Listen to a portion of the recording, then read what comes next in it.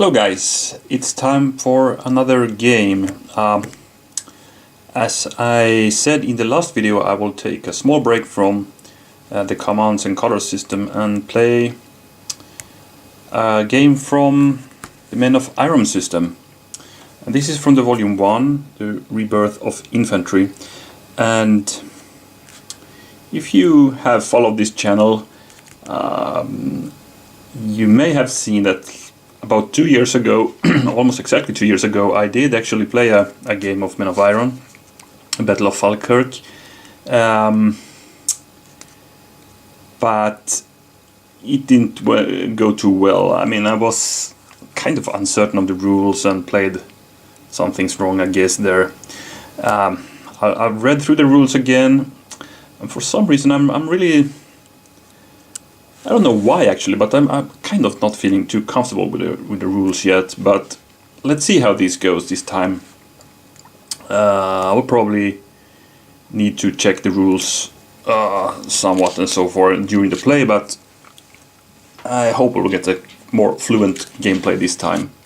So I will just play the second scenario from the game, Courtrai or Courtrai, I think the Flemish would say about this town. And by the way, let me apologize up front for any pronunciation issues here, because, well, neither French or Flemish are my native tongue, so I hope I don't distort the names too much, but I will have some problems with pronouncing some of these names here, both for people and places.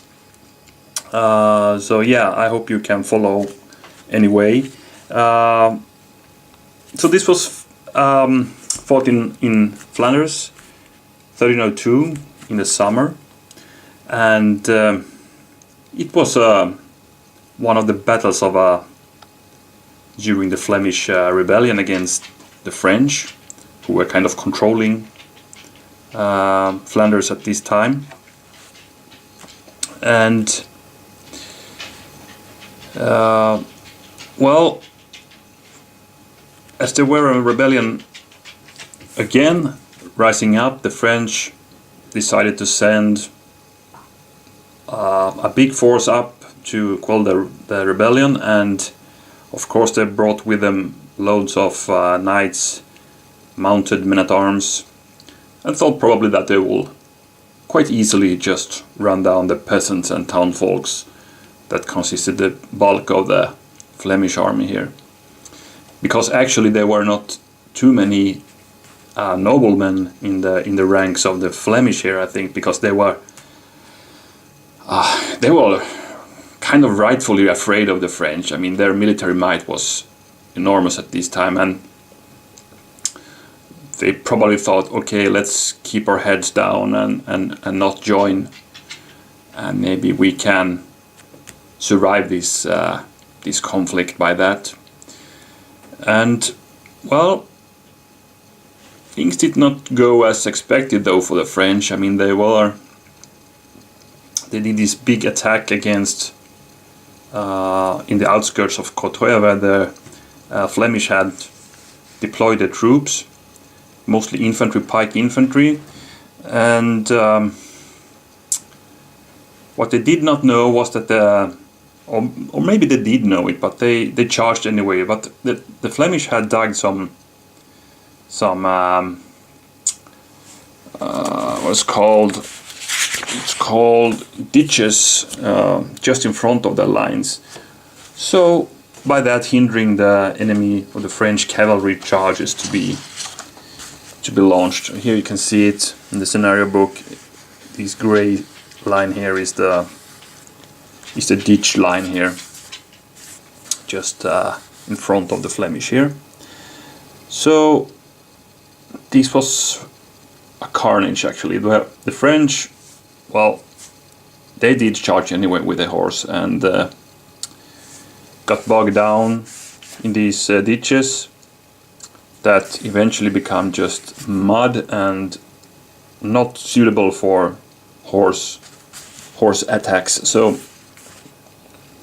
the Flemish did more or less eliminate the French mounted men-at-arms, and many French noblemen fell this day. So this is what we're gonna play today.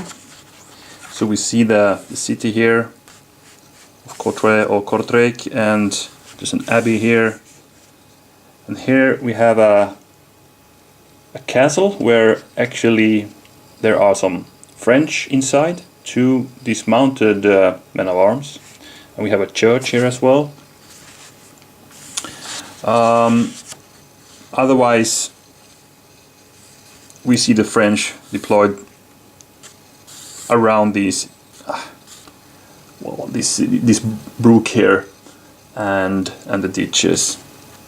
And as we can see, more or less each and every Flemish unitary is pike. There are 2 dismounted men-at-arms, but I guess there were some noblemen still joining here, and of course we had the leaders here. And we have 1 crossbow unit here. On the French side we have, well, more of a mixture of pikes and loads of mounted men-at-arms. No dismounted men-at-arms though. And we have some crossbows there, and we have another crossbow there.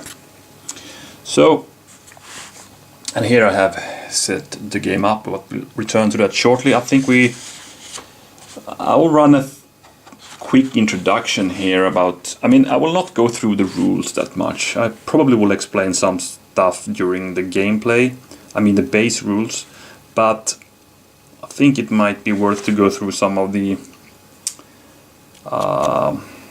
special rules and maybe some more words of the initial deployments here. So the Flemish leaders are Guy of Namur. I think he's the army commander here. It doesn't matter in the system here, but I think he was the overall commander here.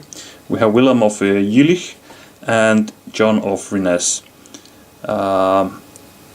And on the game map we see Guy of Namur here, we have William of Jülich here, and we have John of Rennes, like kind of a reserve force here. So yeah, so they are more or less prepared for any breakthrough, and they can fill in the gaps there. But I have a plan for those guys. I will explain that in a moment. The French are led by Robert d'Artois, I think his name is, and Comte deux maybe, and Comte Obermarl and Roll de Nil. And we have them here. I will not even repeat those names, but you can read it yourself here.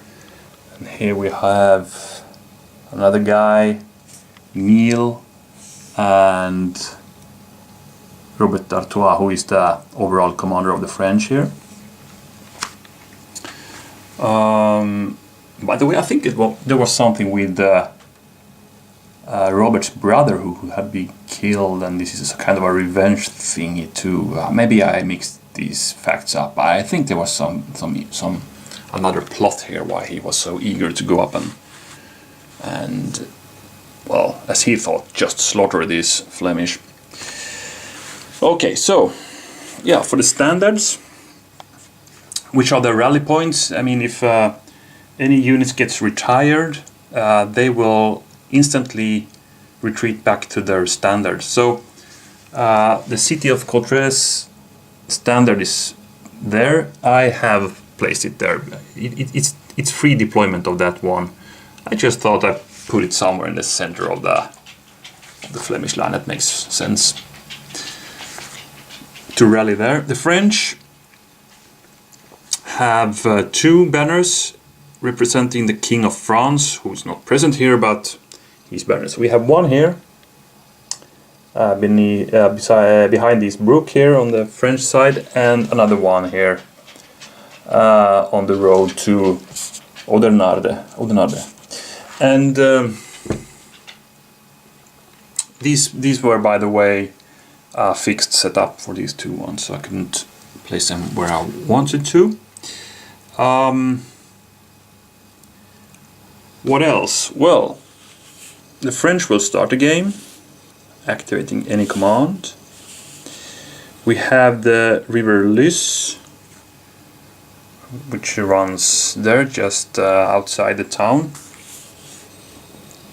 It's not uncrossable, but it has some severe difficulties attached to it. If you want to go over it, I think it's here you see it costs 2 extra movement points to move through that hex side, and you also need to deduct 2 from your battle roll for shock combat here. So that's a severe obstacle indeed. And there are more or less no bridges there, or more or less there are no bridges. That's how the situation is there. It's you can see here the bridge are destroyed where the roads are attaching to the city here. Then we have the brooks. Basically not a big obstacle. You need to pay 1 extra movement cost for crossing a brook, but for battle they have no effect. And we have, you know, some of these running through the battlefield here. Then we have these ditches, and those are a biggie for the French. So let's see where we come to the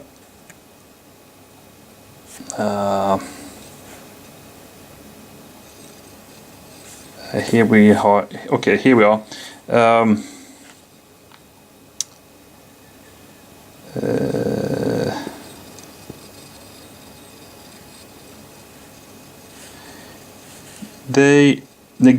They're negating the ability for mounted units to charge.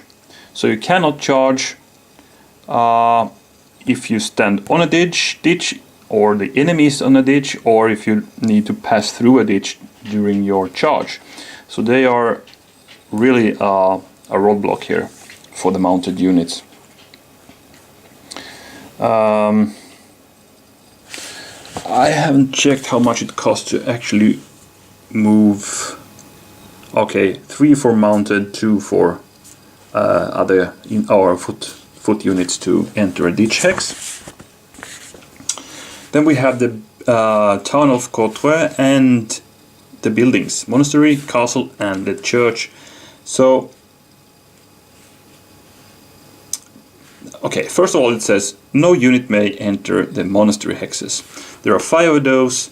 3912 is not one of them, and 3912 is actually where the Flemish crossbow unit is located. So it's a kind of a courtyard here, I think. Some green in there. So the other 5 hexes, I believe, are these 1, 2, 3, 4 and 5. So no unit can enter those hexes. Why? I don't know. Maybe just because they are sacred or something. I don't know. And then for the castle and church, which are these 2 hexes, it says castle there, and here we have the church. 1 unit can, foot unit can enter an unoccupied castle or church.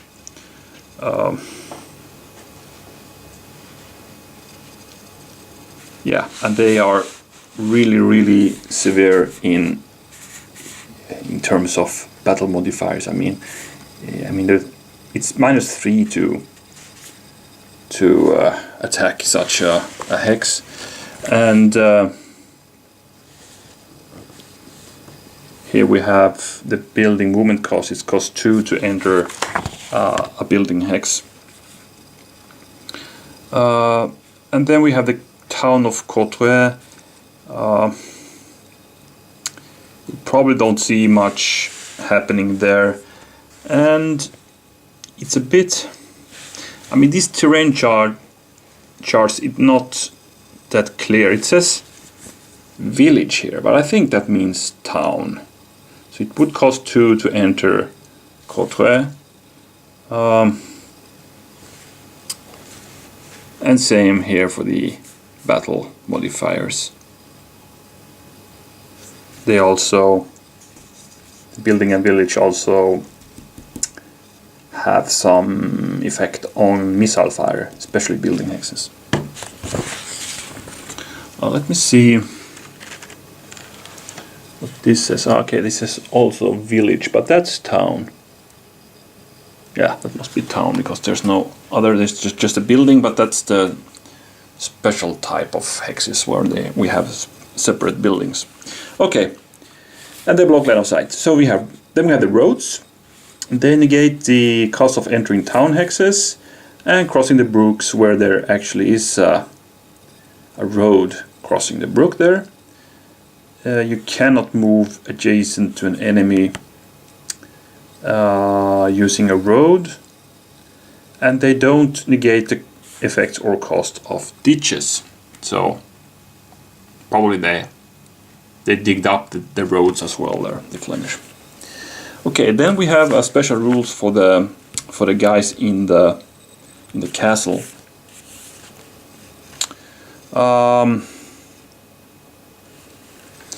So we have the French can do a sortie out of the castle and the church hex. So the guys in the castle or church, they are a known command, even though they don't have a leader, and they are always treated to be in command. So they can be activated only instead of rolling for a continuity in. So when you have activated when the French have activated a command and they are about to roll for continuity, they can just say, I will activate the castle guys instead, and then they are automatically activated. So yeah, so when they are completed, the French can just continue to roll for another continuation after that. If the castle contingent incurs a retire result, it retires to the castle or church. So they more or less treat the church and the castle as their standard. Yeah.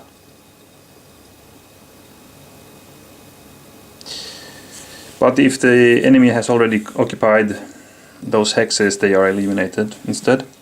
And then we have these, I don't know how to say this, but it's like goody dogs maybe. And these are a special kind of weapon the Flemish deployed in this, at least in this battle, maybe in other battle as well, probably. So it's a kind of a pike, a special pike they use to bring down horsemen from the saddle. So every Flemish pike infantry are equipped with those. And the effect is that, I just read here. Whenever a mounted men-at-arms unit either attacks a pike infantry that is not in shield wall, that we need to remember, or is attacked by pike infantry and the men-at-arms unit suffers any sort of negative result, roll 1 die. So 0 to 4, they get unhorsed, so they get dragged off the saddle there, and we just replace those guys with an unhorsed unit instead. And we also need to remember that's cumulative to any other result we rolled for that battle. On the 5 to 9, there's no additional results. So these are pretty deadly against horsemen.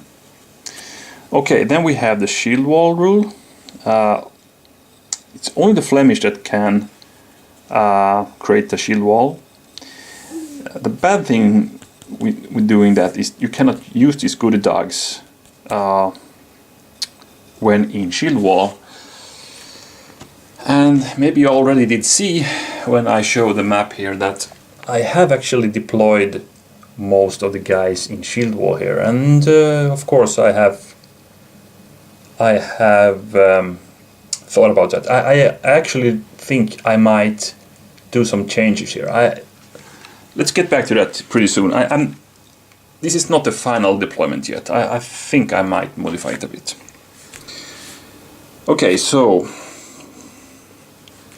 but you know, otherwise the shield wall are really effective. I mean, they hinder mounted men at arms from charging towards the front hexes of a shield wall, and they also incur an additional -1 battle modifier. So they are pretty good. Bad things are well, of course, this one that they cannot use the goody dogs. The other thing is that they cannot move. So they are quite stationary, but I think stationary is what the Flemish will be anyway in this battle. Okay, let's go on. Ditches and retreats. Well, here it says, mounted units may not charge through, charge into, or start a charge in a ditch hex. Whenever mounted men-at-arms suffers a negative result while in a ditch hex, or must retire from when it's standing in a ditch hex, we roll another die and see what happens. If the roll is 0 to 4, they get instantly eliminated, which is pretty heavy. A roll of 5 to 9, there's no other result. So these are really deadly, and I mean, almost half of the French force are mounted men-at-arms. So they have more units in the battle than the Flemish, but they get very inefficient with this terrain. Okay, so a few words about the flight levels. So both have a flight level of 35, and of course start with 0, but there are some additional rules for counting these flight levels. First of all, if French men-at-arms are forcing a Flemish unit to retire, you get double, or either eliminates them or retires them. They are worth 2 times the usual flight points. So the French really like to see the knights riding down or routing the Flemish units, because that means loads of points for them. So and also we have some of these special markers for this battle. So when a unit gets retired by a mounted men-at-arm, we put this on the Flemish retired unit. That goes back to their banner, and by that we know how to count the flight points. Okay, and that's basically it. I don't think there's any more. No, that's the next battle. So here we go. Maybe we could mention how the flight points are counted. I can also mention that I am playing with the version 1.1 of the Men of Valor. I'm fully aware that there are newer rules. This is the rules that got added from the second game of this series, the Infidel. I think there's 2 more games out there from this system, but well, I don't really know if there are any big changes. But I will go with 1.1 if anyone is interested about that. So here we see the flight point counting rule. So an eliminated mounted men-at-arm. No, sorry, mounted or not. or a king, which we don't have in this game, gives you 3 points. Another type of unit gives you 2 points. Also, a named leader who is not a king gives you 2 points. If a leader gets killed, let's say this guy is killed, and we flip it to the replacement side, he will not yield any more flight points if he gets killed again, or if the second in command gets killed.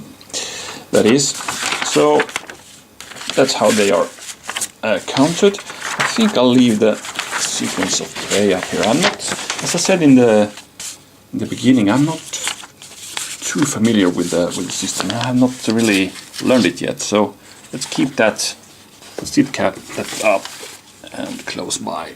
Okay. So now to some initial plans here. So first of all, let's talk about the French first, who are attacking, and what plan and my thoughts about that.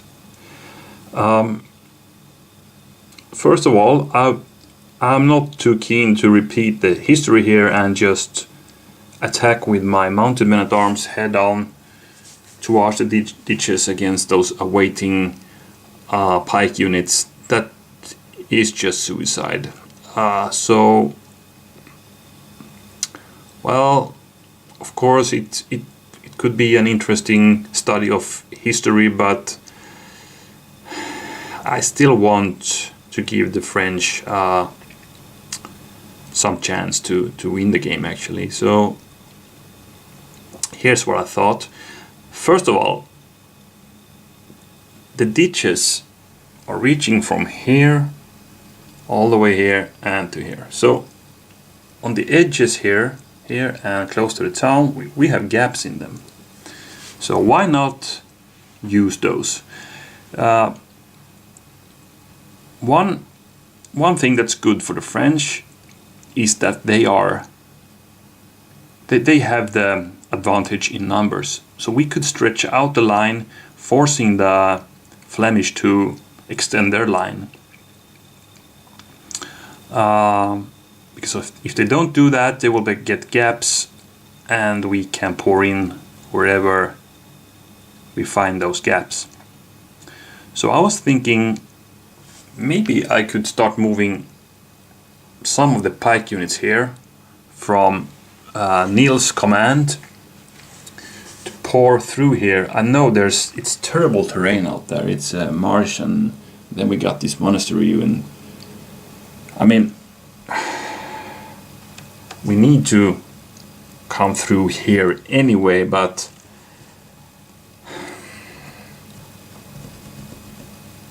yeah, I don't know. Actually, you cannot enter these hexes, so basically we need to go around all these. Maybe that's too big of an effort, but if we do that, if we just send some units around here, I mean, it doesn't matter if we get out of command, because we can just, force the Flemish to build up a line here, and this means it's fewer troops here to defend the main line. That's one of the thoughts I get, and just keep D'Artois' men-at-arms here ready to strike if they need to, or if you find a gap here, if they need to stretch the line in that way that we get some gaps, maybe they can pour in there despite the ditches. But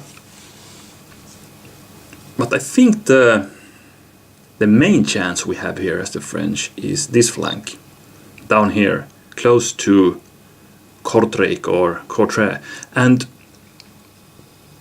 you see it's three hexes wide of a gap here with no ditches, and that wets my mouth as a French player, at least. So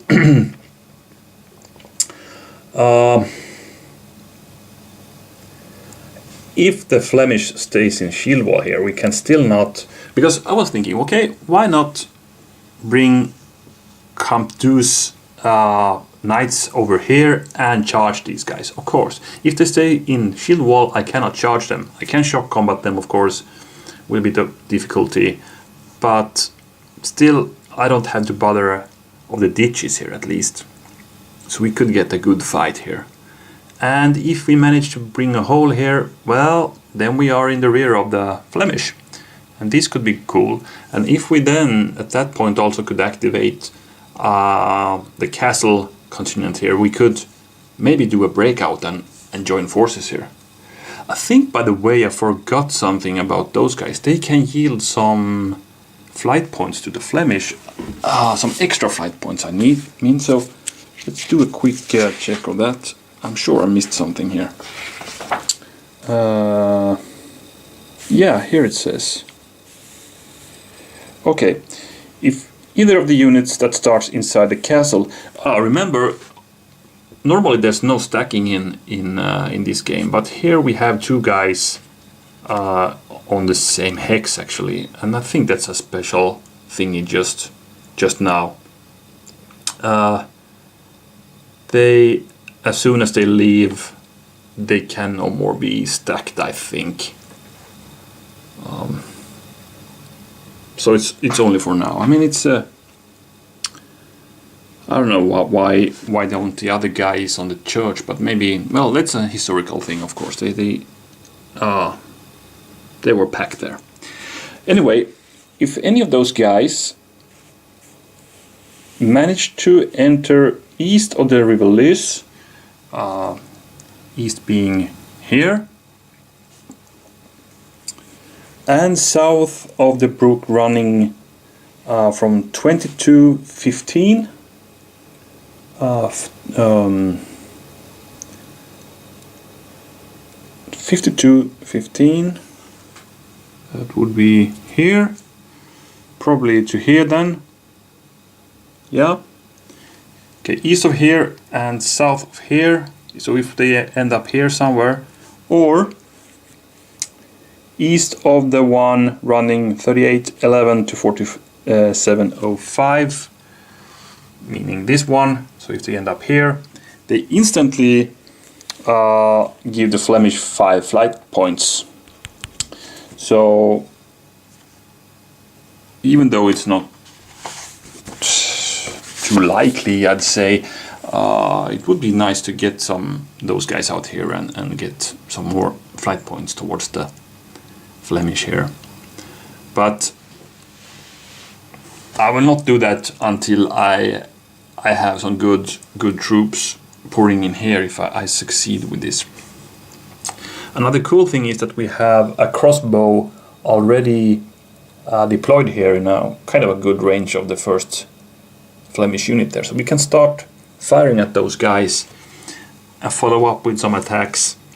Meanwhile, I think I'll start moving these mounted units here, and if we find an opening, we will charge right away. I mean, it's a key thing to get inside here, those positions. As for the other guys here, as I said, I think I'll start moving some troops around here. Otherwise I think the guys will stay put. I don't know, should I even go in and attack?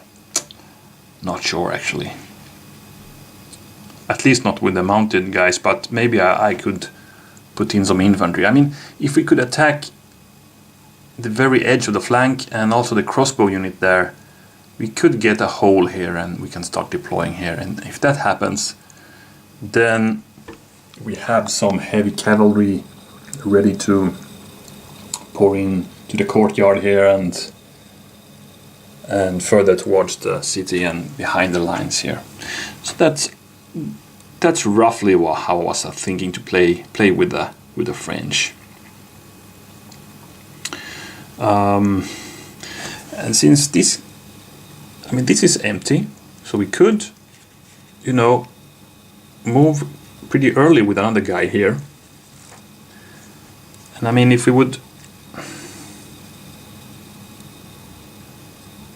get an attack here, but that's not possible to get both of these attacking. Because if I attack with that unit as well, we need to attack those guys too. These guys will get... I mean, if we change facing it, like, he needs to attack both of these, and that could be deadly for him. But we could get something here, and they are in a shield wall right now. Let's see. Just some thoughts here. Now, for the Flemish then. Okay. Best we can do is basically to sit tight and wait for the French to see what they do and how they manage and respond by that. There's some things bothers me. One thing is, why should we not occupy these salient hexes here? Because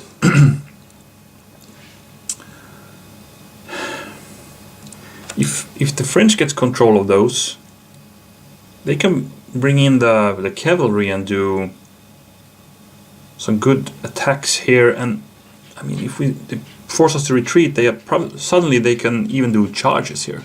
So I want to get here pretty soon. The bad thing is that by doing that, I'm stretching out my line a bit, so I cannot fill every hex with units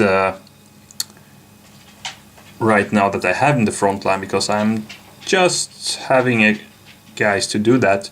So I need to already bring in my reserves to do that, and I kind of don't like that. But I think I want to do it anyway. I want to stand here and be sure I have control of those ditches and can defend from there. And by that, I will remove at least that shield wall and that shield wall. Now comes the question: how should we fill the gap, and where?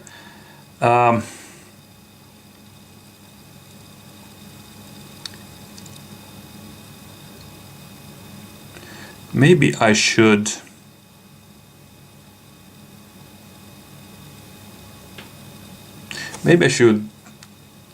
march those guys to hold the flank here. This means I will shift the whole line towards the center here.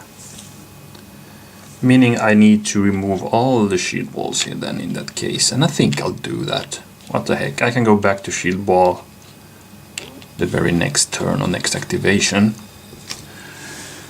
I think I need to check how much it costs to enter and leave a shield wall. I'm not sure about that. Let's see. Here we go. Shield walls.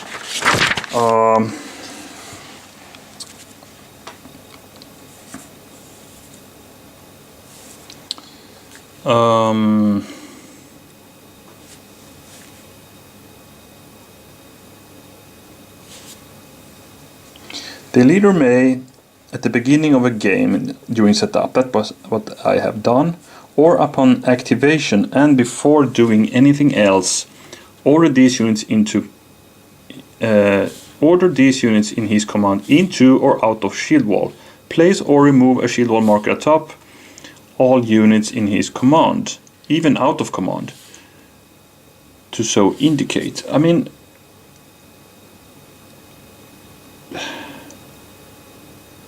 does this mean that it doesn't cost anything to go in and out of shield walls? It's a free thing to do. In that case, I will bring back the shield walls for now, in case the French attacks already in the first activation here, and you know, then when I can activate Guillaume Namur's troops, I just remove the shield walls then. I mean, this will be a kind of a, I don't know. This will be a kind of a maneuvering and doing things in a certain order here, not to create any gaps in the line in between. So I'm kind of needing to be successful in some continuations there, to do it efficiently without having the French doing something in between when they can maybe reach me. Anyway, so as you understand, the Flemish plan is to stay put, wait to see what happens, keep the reserves. I think I will attach some of the reserves to the flank here, but that will be pike units, the men-at-arms, which we have 2 of, and John of Rennes is attached to 1 of those guys. These are valuable counterattack troops, so I will just keep them behind here and be ready to strike against any direction where there's alarm. So I don't think I'll go on so much more about the plans. Let's just play and see what happens. So anything else? No, I don't think so. I have everything set up here, charts, the weapon system matrix, the flight point track and so forth, all the markers. So let's just begin the battle, and the French begins. Alright, so here we go, the French starts, and we have the activation phase. Choose a command to activate or pass.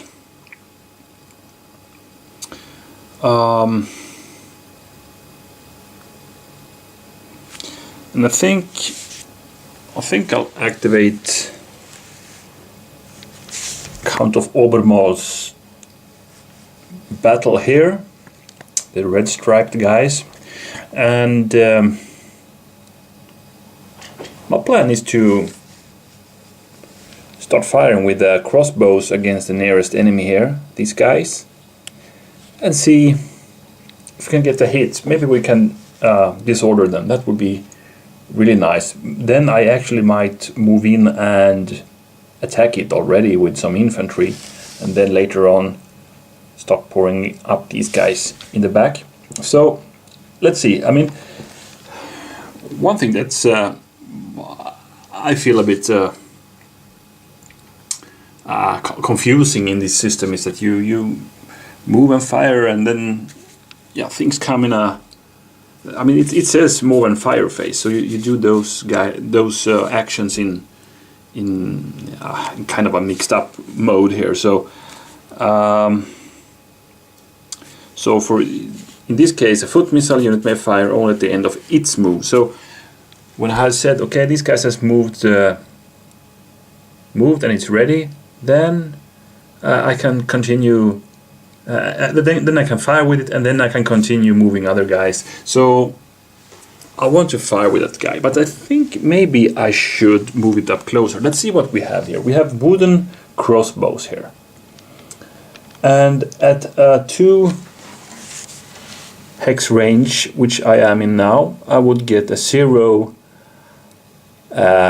modifier for the fire result chart. So I'm firing here on foot units in normal mode. That would mean it's about 50% chance I get them disordered. Let's see, what do we have? Ranged, yeah. Terrain, there's no terrain there. Angled fire, no. No disordered unit. No mounted missile. Target in shield wall, okay. And I fire through frontal, and this is the case here. So these guys have deployed in shield wall, and I'm firing through the frontal hexes, so this will give me a -1. Now, what I could do is to move up and fire against it from 1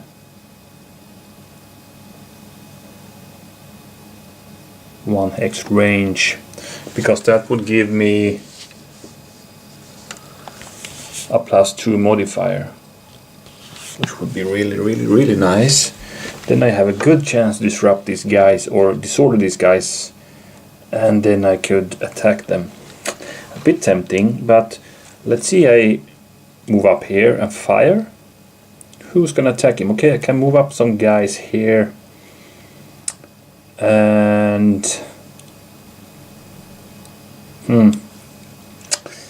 Then I had to attack those guys as well. But I can move up another guy here. Oh, sorry, here, and attack those guys. But those guys would be... they need to attack these guys as well. Well, there's are not too efficient guys. They have 0 as battle modifiers, which is good. So we could maybe handle that. But it all depends if I get the hit first or not. Or I stay and fire from 2 hex range. Then I can move up a guy here, attack 1-1.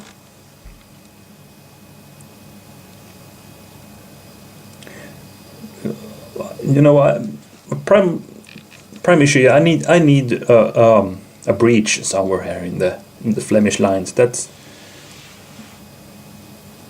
basically what I need. So I could actually fire, then move up 2 guys who both will attack that guy, and then move up a guy here who will attack those 2.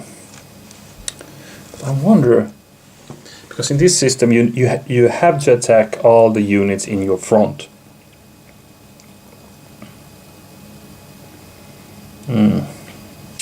Of course, if I place a unit here, change facing towards that vertex, this means these guys are not in my front anymore, right? So I don't have to attack them. Then I could, well, maybe that's enough, because then I could get some plus good modifiers for me in the attack.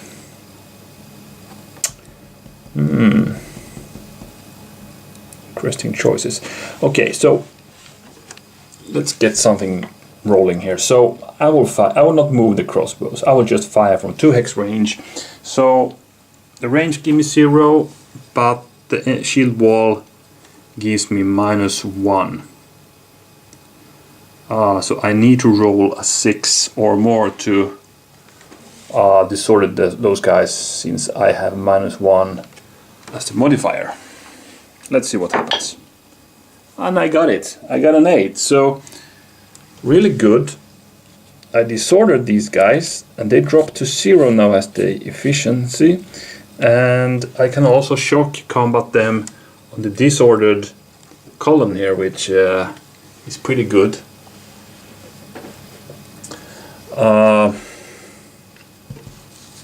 Not bad at all. Not bad of a start. So I think I'll throw in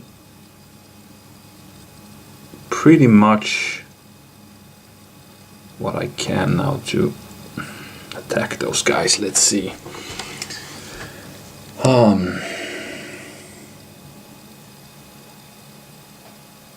Let's start with these guys. They move 1, 2, 3. They will attack.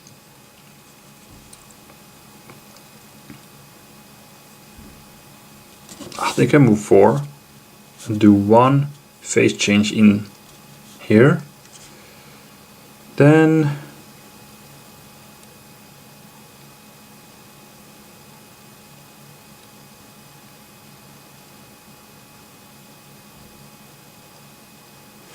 let's see.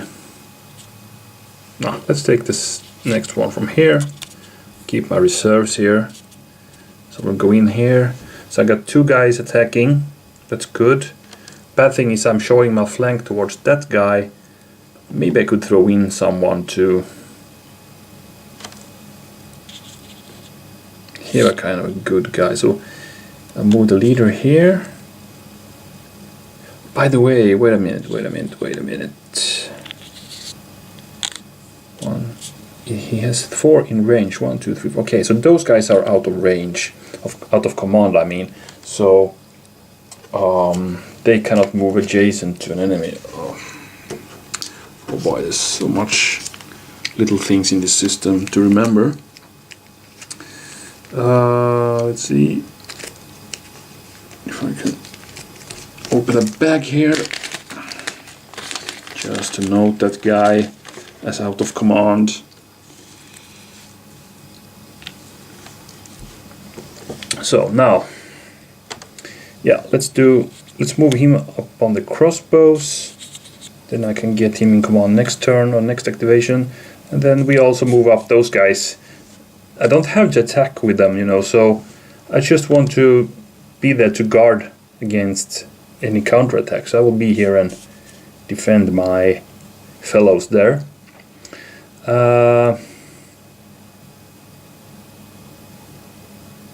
Yeah, that's basically it, I think. So we have one combat. I don't have to battle, as I said, so these guys will not attack, but these two guys will attack that guy.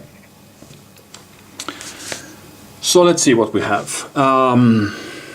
Shock combat against a disordered unit, so it will be here, but we probably have some modifiers here. First of all, Defender's shock die roll modifier, and that's the one big number on top of the unit, which means the 0 here, because we got it disordered, it dropped from -1 to 0, so nothing there. Strength advantage, well, that is actually the number of units you have in excess, I think, of the one who's attacking. So I think I would get the +1 here. Let's double check that rule.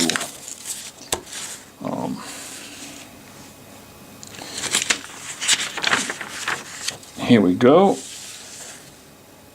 No, that was yeah, shock strength. Yeah, here it is. The player with a high number of units receives a differential between the number of units as a die roll modifiers. Okay, so that's +1. +1. Attacker is disordered, no. We don't have any height differences. Do we have a flank attack? No. Defender and shield wall, yes. So we're down to 0 in the modifier.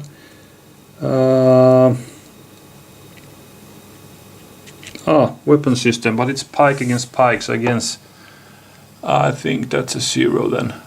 Pike infantry, yeah, it's a 0. No terrain and nothing more, so it's a 0.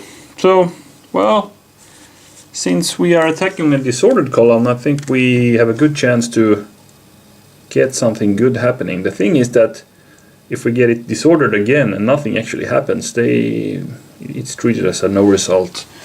No troops. They will not get any more bad things of a double disordered result, so to speak. So let's see. We rolled a 7, which sounds good. So we got a defender retire result, which is not bad at all, because now we have a breach already. So these guys move back here. We'll of course not put this marker on, because it was a pike unit who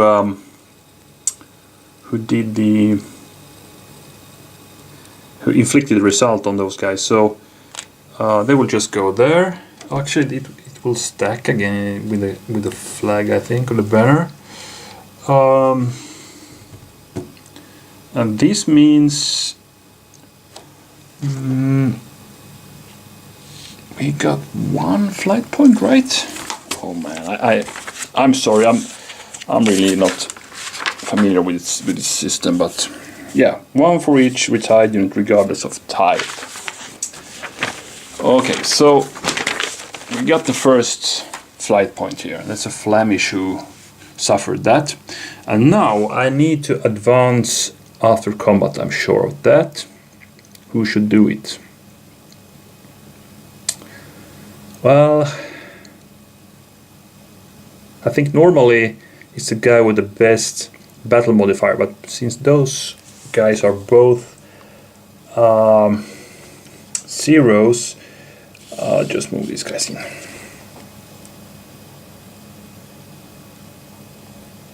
Okay. Well, not a bad start. And the thing is, I could... No, I cannot move anymore. That phase is over. But we can remove that out of command. And now I want to continue. Now, here's the thing. Now we could try to... I mean, normally the French would roll now to activate another of their commands. They cannot activate the same command twice. But there's a rule which is called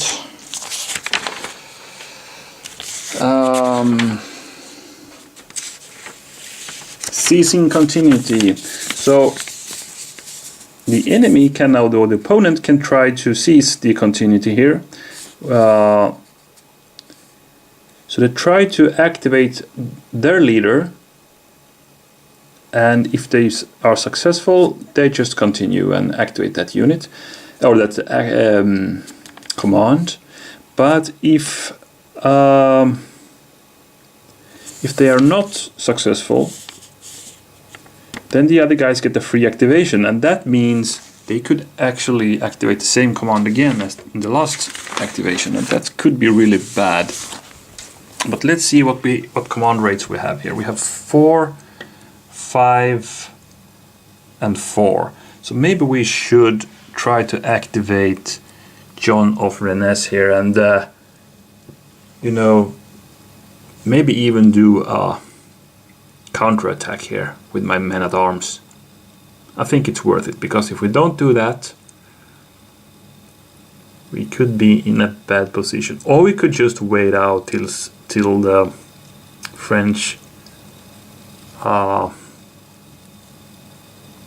not able to continue anymore, and then we do it. Yeah, I think we could wait with the preemption or the ceasing here, because if we fail it, it will be a disaster.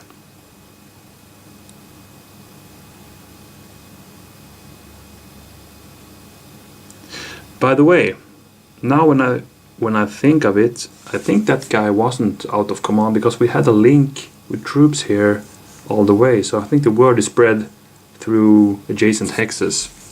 So if those guys are in command and we have adjacent link with units all the way up there, those gets the order as well.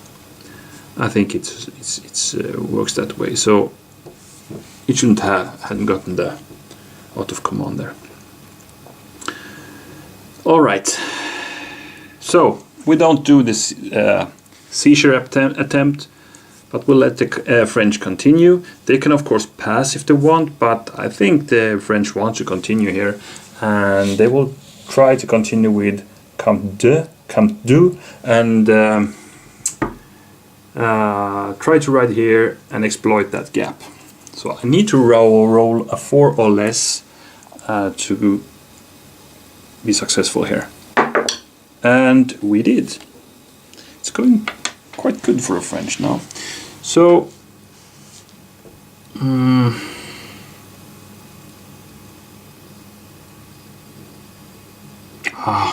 crap, I just thought of something else. I think I played wrong. I moved these guys 1, 2, 3, 4, but it's actually 5 because I went over the brook, so these guys couldn't reach that. So I will do like this. I will put him back and put the next guy there instead. Right, I hope you don't mind. Yeah. So now, let's try to force march our guys over there, and we can do some attacks through the flank. So brook for mounted unit, it's the same as for foot, so it's only +1. And we have 6 movement points. So 2, 3, 4, 5, 6. They are. Here comes the cavalry. 1, 2, 3, 4, 5, 6. 1, 2, 3, 4, 5, 6. Yeah. And 1, 2, 3, 4, 5, 6. By the way, phasing is not important basically during the movement. They can do any phasing changes they want, and it doesn't cost anything. It's another thing when you enter an enemy zone of control, which is exerted by mounted men-at-arms and also missile units. 1, 2, 3, 4, 5, 6. 1, 2, 3, 4, 5, 6. Like that. Okay. Now, the French can try again. Flemish could try to preempt this one or do a seizure, and well,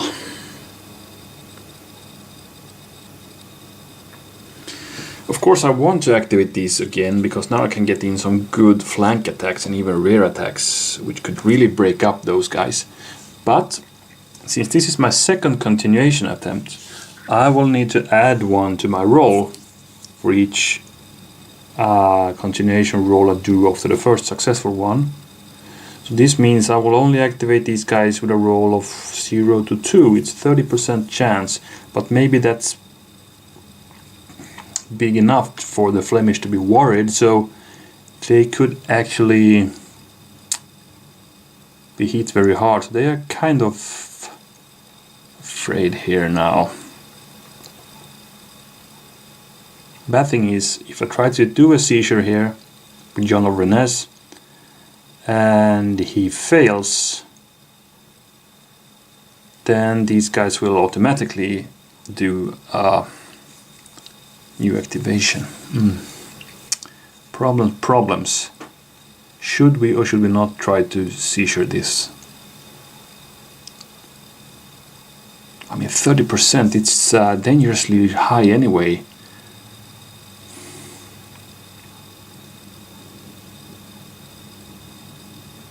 No, I will try.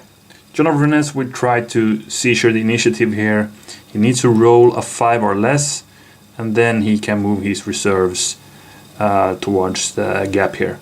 You see, already my initial plan for the Flemish has disintegrated. I cannot no longer do it. I mean, I have other things to take care about now and not do this maneuvering I was thinking about in the beginning. So let's see how this ends.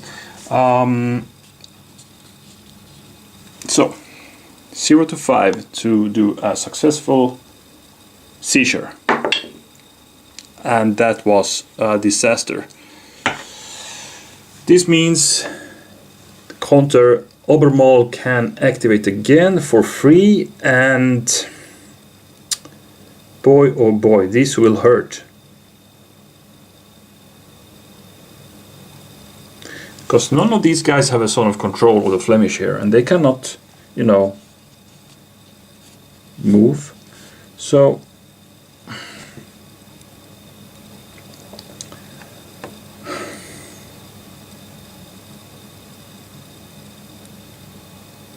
I wonder if you know, if one unit is attacking from behind and one from front against a shield wall, would that still give them the benefit, or do everyone need to attack from the front for them to get that benefit? I'm not sure about that. Let's see if it said something about it. Here it earns a -1 when shock attacked or fired on through a frontal hex side. Well, I guess we're going to count that if we do attack with at least one unit from the front. But on the other hand, we will get modifiers to the other end because we are attacking from several directions here. Because I will now do what I can to get these guys. Both of them actually. So I will start moving here. I mean, this is kind of crazy. They are just staying put while being surrounded and cannot react. It's a bit crazy actually. So 1, 2, and 3. 1, 2, 3. Maybe I should only go there. Is that enough? I think so.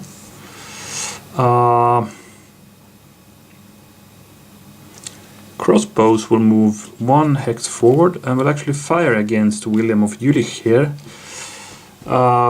Let's do that right away. Or we have to do it right away actually.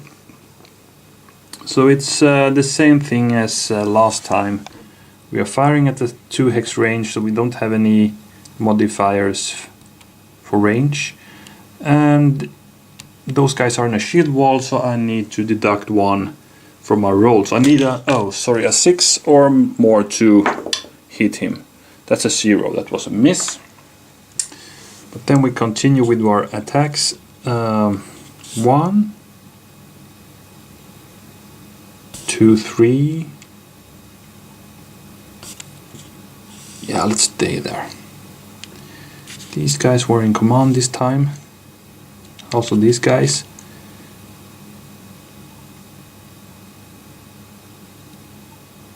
Do not want to be in the way of the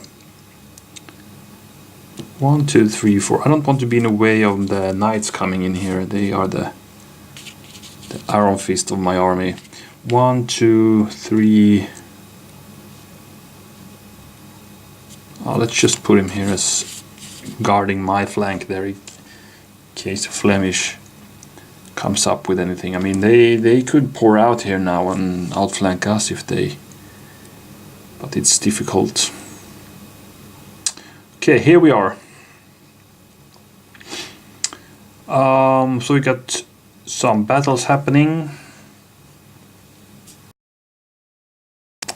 Here and here. I want to crush those shield walls and get these three hex gap open. And if we do that, maybe we seal the doom for the Flemish rebellion then. Let's start with the flank.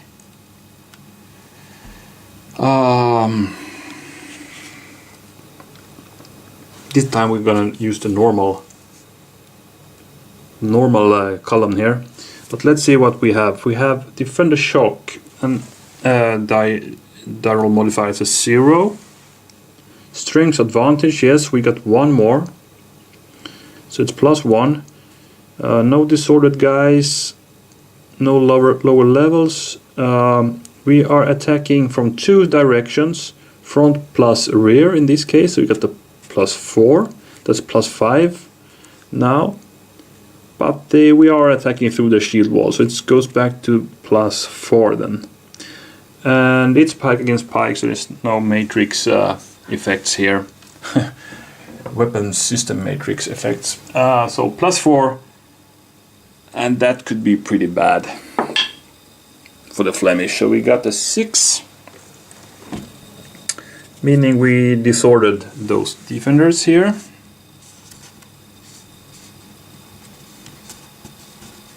They are still staying put in their shield wall though, even though they get disordered. And then we had the next one, and I think it's exactly the same situation here. Yes, so you got the +4 there too. This time we're not good rolls here, so it's only +5, and that's actually a no result. So it wasn't that successful as I thought. Really bad roll there on the other hand, so not much to do. Now the thing is, I was expecting I could get a gap there so I could pour in already, but I cannot, of course, do that. So I wonder if I even should activate these guys for yet. How long can they? I mean, they can only go down here. No, I'll wait with the knights there and start pushing on the other flank. Let's see if Neil is able to continue the French exploits here. So I need to roll a 3 or below. I didn't, so this means the Flemish get their first activation, and that's a free activation for them. Oh boy, oh boy.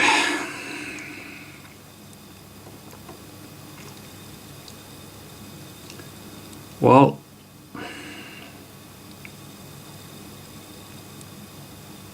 I gotta crush those guys who went in here, and then we hopefully can restore our defensive line here before those guys reach us. So I will activate John of Rennes. And it's time to put the men-at-arms, the dismounted men-at-arms, into play. I think I'll leave the leader for now there. 1, 2, 3. We'll attack the rear. We will also attack the side. 1 and 2. For this unit we will get 2 guys attacking the rear. 1, 2, 3. And 1, 2, 3, 4.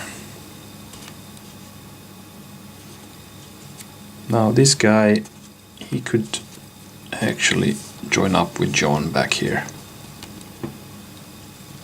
Maybe even, no, I could go there. That's fine. Okay. So we got the Flemish counterattack coming. They have already committed the reserves to get this counterattack here. And yeah, let's start here. I think this will be a carnage. So we got an attack against a 0 worth unit in their own die roll modifier. We have 1 in strength advantage. No disorders attackers. And this time we have a two flank. We have a flank and rear. So it's +4, it's +5 in all. And this time we might see something in the weapon system matrix as well, because we have dismounted men-at-arms attacking pikemen. That's +1, so you got +6 all in all. That's a good chance at least to disorder those guys. Oh my, oh my, oh my. That's a 15. So defender disordered and retreat 1 hex. But yeah, actually they can retreat 1 hex. I don't know. Can they retreat anywhere? Really? Let's see what it says about retreats. I'm not sure. Here we go. Unit that must retreat must move 1 hex away from the unit inflicting result. Well, we kind of do it for one of the units, but not the other. It must end its retreat 1 hex from every unit which participated in the attack that caused retreat. It may not stack and it may not move into an enemy occupied hex. Any leader stacked must retreat with it. It may move into an enemy zoc and it may change facing. If the retreat is blocked by a missile firing, it may retreat through the deck. Okay. Blah blah blah. If it cannot retreat, satisfying all the above conditions, it is eliminated. Any leader stacked within. Okay. So, as I see it, this sentence is important. It must end its retreat 1 hex from every unit which participated in the attack that caused the retreat. So the only way... No, actually, I can go over the river. Or?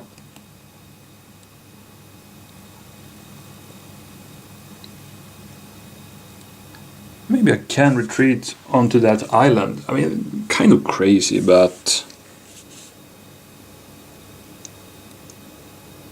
Huh. Does it say anything about retreats here?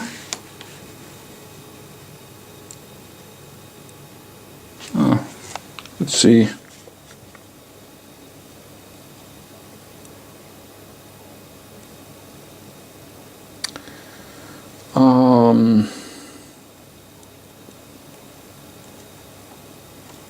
Well, it doesn't really say anything about terrain here.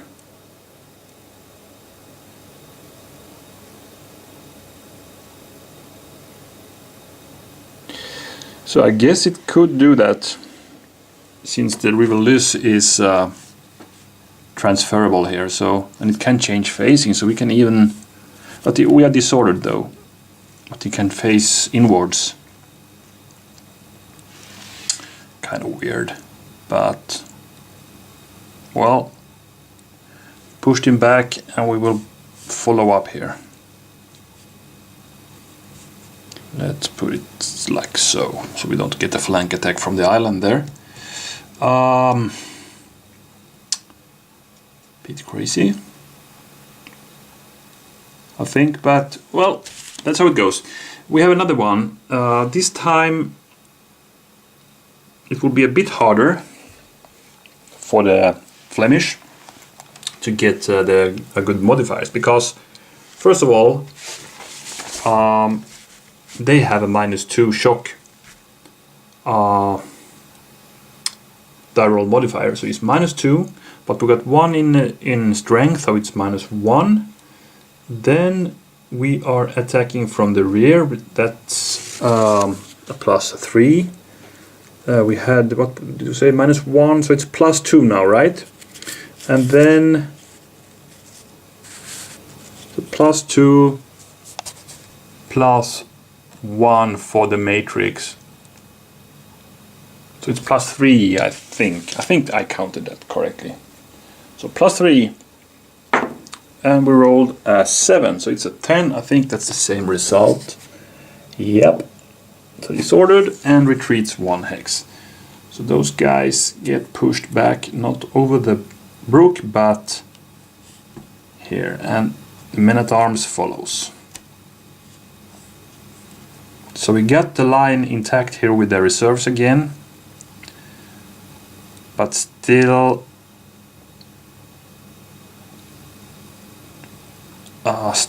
it's a mess down there now.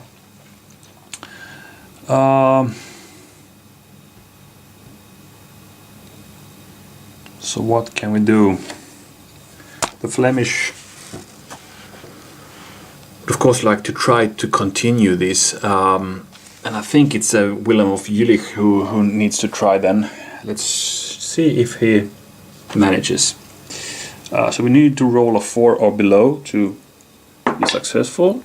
It's a 5, so we missed that continuation roll. So it's the French again, and I think this is enough for this session. I'm already confused.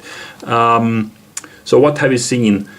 A good initial French attack over the brook here, Groningen Brook, and we got a foothold on the other side there. I thought I could get a hole in the line of the Flemish there, and I could use those knights to pour in there, but that didn't happen yet, at least. And they had the shield wall kind of intact there, and actually 2 lines, but those guys are kind of trapped. So if we could hit them hard in the next turn, they don't have any retreat choices, you know, so maybe we could eliminate those guys. I mean, these guys are already disordered, those guys are fine, but we could get a flank attack on those guys though. So maybe this looks good for the French anyway. Okay, and we got 1 flight point so far for the Flemish. Okay, by that I think I'll end this video, and I hope I got the rules right. If there are anybody out there who sees anything I'm playing terribly wrong, please add a comment below.